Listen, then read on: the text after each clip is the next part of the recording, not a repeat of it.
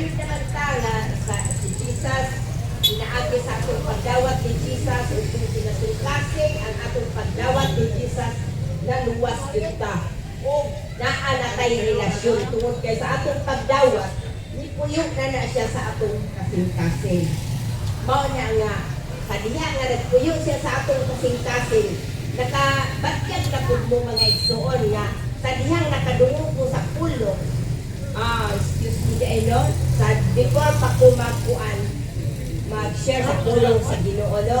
Ayak ko mo pa dayon pag-share sa pulong sa Ginoo, mag-ampo sa ko sa atong buhi nga Diyos, ng kanang mga pulong nga karon ipabati diha ninyo, na masagdan ninyo, pinaagi sa Balangong Espiritu.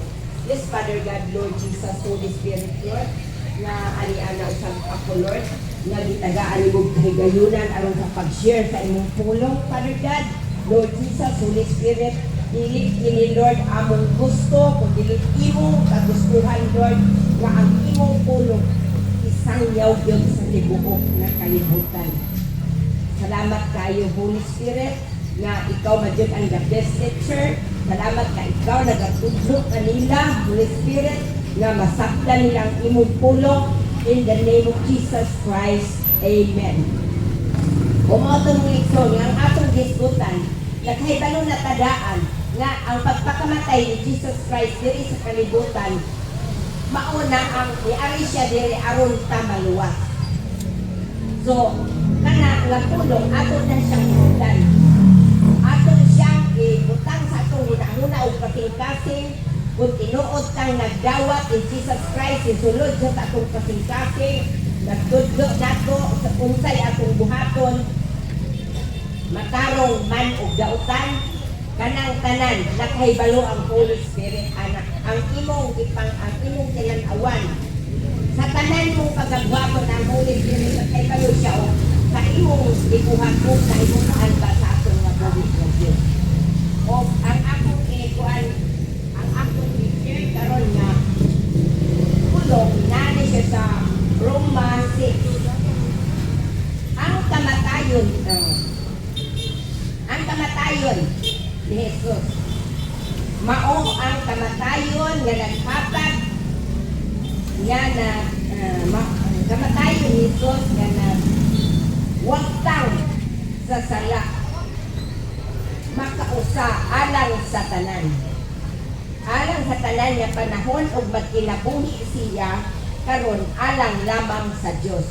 Mao to nga si Jesus Christ padala sa Diyos nga sa kausa lamang ang iyahang kamatayon, mao to ang kamatayon nga naa maoy nagluwas nato, naghatag nato kaluwasan ang iyahang kamatayon nga giluwas kaniya gikan sa sala. Sa kausaran niya gihimo, sa makausan niya gihimo ang iyahang kamatayon. Pero sa diha nga magkasala ka sa kadaghan, sa dihang muduol ka sa Ginoo, pasayloon gihapon kaniya.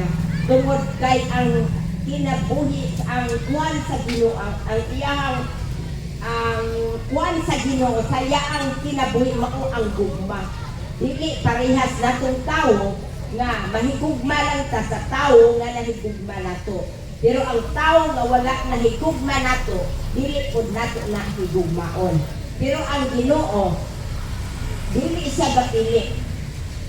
Wala siya gapili og tawo nga iya bigwan, gihigugman niya tanan og mao nga hinungdan nga nagpakamatay siya dito sa cross ug ang iyang kamatayon mao kini ang nagwagtang sa tanan natong mga kasalanan.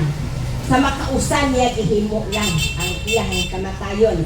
Pero ngano man nga kausaran niya gihimo ang kamatayon niya, ngano pag-abot sa kuan, pag-abot sa unsa na ngalan anaoy, mahal adlaw kuan na pod lansang na pod si Jesus. Wala na himuot ang Ginoo anang kanunay nga kuan ang iyahang mga pagsakit, ang iyahang kasakit dito sa cross. Wala na himuot ang Ginoo. Siguro wala man gyud pod sila makabasagon. Mupalo lang sila kung unsa ang istorya nga ilang nadungog. Pero kung magbasa sila sa pulong sa Dios, ang kamatayon ni Kristo gibuhat niya sa kausalang, dili pagbalik-balikon. O mauna ang giingon niya, dili pagbalik-balikon. Katong kamatayunan niya mao toy hinungdan nga pagpapas sa atong mga kasalanan. Mao nga bisan pagani kita usa na ka Kristohanon, siyempre kay ang tao makasala man gyud kay diri sa kalibutan daghan kaayo nga maninintang, daghan kaayo nga mga kasalanan, so makaambit ang usa ka Kristohanon og sala. So naay Holy Spirit nga magtandog sa iya, oy sala na nak, o sa diha nga nakakuan ka anak, salamat nga nipalot ug gasa unsa ang gipabati sa Holy Spirit nimo nga muundang ka sa pagbuhat ug sala.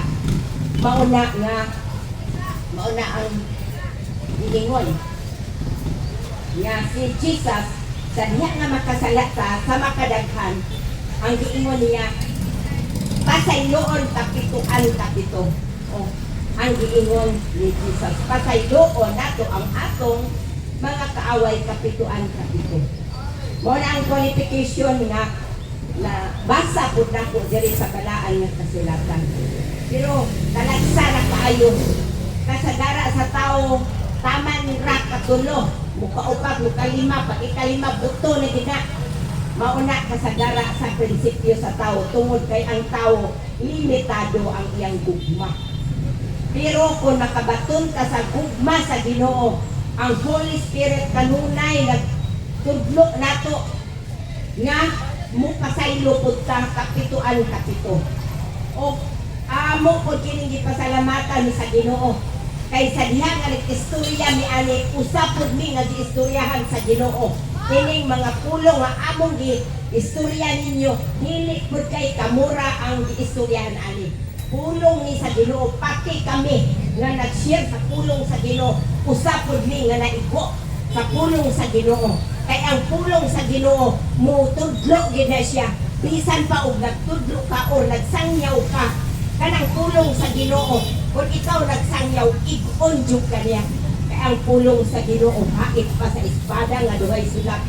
O siya ang magatudlo kanimo nga magalakaw ka uyon sa kabubuton sa atong buhit nga Diyos.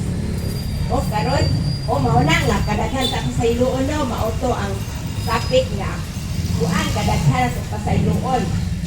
Ang Ginoo namatay sa makausap, pero katong pagpakamatay niya langkob na to nga dili ba nag-ingon si Jesus sa dayon niyang pagkamatay, niingon na siya tapos na ang tanan. O so tapos na ang tanan. So, sa ato pa, sa diya nga nagkaibalutag, kabubukod sa Ginoo, naampitan nato nga natapos na ang tanan mga problema sa kinabuhi, mga palatian, natapos na. Ang ato lang gikinahanglan na musukol ta kung unsa ang buhat ni Satanas nga makik-encounter sa mga anak sa Diyos kay kung naagani mga pulong sa Diyos, si Satanas po musabwag po na siya. Mo negative siya sa pulong sa Diyos. Mauna. Munang kasagara, kung naay mga magwawali or nag-share sa pulong sa Diyos, dili kalikayan ang uban mga suko tungod kay kana sila, giinjikal po na sila ni Satanas. Dili po na ilang buhat. Si Satanas may nag-inject. Kay kung naipulong sa Diyos, si Satanas po, magpadala po na siya ginsahiro nga mo-against siya sa pulong sa Diyos. Nag-iwali, nagikan sa Biblia. Sa iyong rakayo sa itong mga igdoon, kung makabati ka o magwali sa pulong sa Diyos, pamatia ang ugnabay siya yung versikulo nga ikapakita. Kaya wala siya yung versikulo nga ikapakita, kana bot lang, di lang ko makasultino. Basta kay ang tinuod nga kamatuoran nagapasikad yun sa pulong sa Diyos. So ang among gisulti, bisan pa man, di ba, giingnan ka mo nga nakadungog kaming tanan nga nagsangyaw sa pulong sa Ginoo. Take note igsoon. Hinumdumi ang mga bersikulo nga among gikuan sulti aron pag-abot sa inyo ha, inyong basahon sa Biblia kung tinuod ba ang among gisulti. Aron dili mo makaingon nga kining among gisulti buot lang namo. O mauna. O dayon nag-ingon dayon siya diri sa kuan. Sa John 6:14.